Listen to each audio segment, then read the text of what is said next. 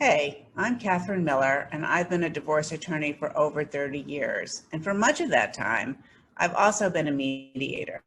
And last week, I told you about my friend Marcy, who chose the collaborative process. And this week, I want to tell you about some mediation clients who came in a number of years ago.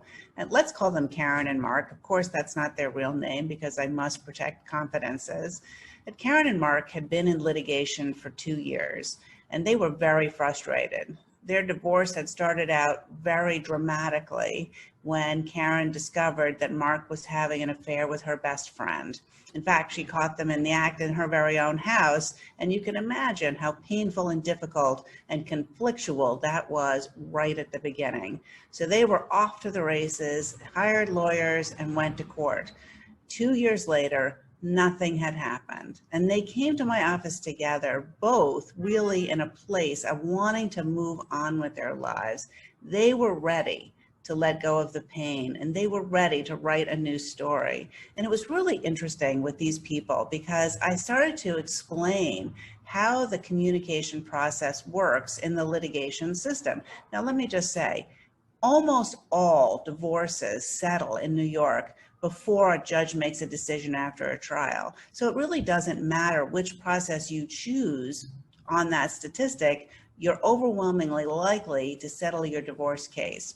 The problem with the litigation model is that instead of finding a way for the people to talk with each other, they talk through their attorneys. So Karen and I described, Karen would talk to her attorney, and her attorney would talk to Mark's attorney, and Mark's attorney would talk to Mark, and Mark would talk back to his attorney, and Mark's attorney would talk to Karen's attorney, and Karen's attorney would talk to Karen. And obviously, all of you, I'm sure, are familiar with the game of telephone. Things get polluted, things get changed, and the actual intent of the communication is lost through all those people. Plus, it's really inefficient and it's really expensive.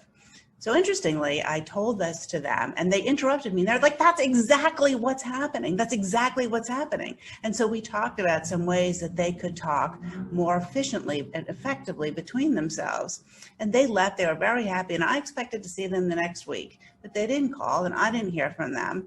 And then a few weeks later, I reached out to them by email and I said, hey, Karen and Mark, I thought we had a good session. Is there something you want to come back in to talk about? And they said, no. Once we were in your office and we realized there were ways that we could talk to each other, we worked it out ourselves and we're in the process of finalizing our divorce settlement.